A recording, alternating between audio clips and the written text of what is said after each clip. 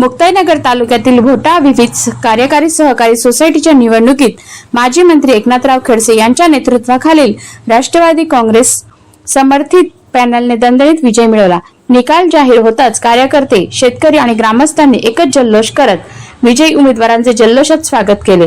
या निवडणुकीत निवृत्ती पाटील आणि प्रवीणभाऊ कांडलकर यांच्यासह राष्ट्रवादी काँग्रेस समर्थित उमेदवारांनी उल्लेखनीय यश मिळवत सोसायटीवरील वर्चस्व कायम राखले। निकाल जाहीर झाल्यानंतर समर्थकांनी फटाक्यांची आतिषबाजी करत गुलालाची उधळण करून एकमेकांना मिठाई भरवत आनंदोत्सव साजरा केला। यावेळी भोटा तसेच परिसरातील विविध गावातील शेतकरी, सभासद आणि कार्यकर्त्यांनी मोठ्या संख्येने उपस्थित राहून विजयी उमेदवारांचे अभिनंदन केले। एकनाथराव खडसे यांच्या नेतृत्वावर शेतकऱ्यांनी पुन्हा एकदा विश्वास व्यक्त केला असून हा विजय सहकार क्षेत्रातील विकास कामांना चालना देणारा ठरेल, अशी भावना उपस्थितांनी व्यक्त केली।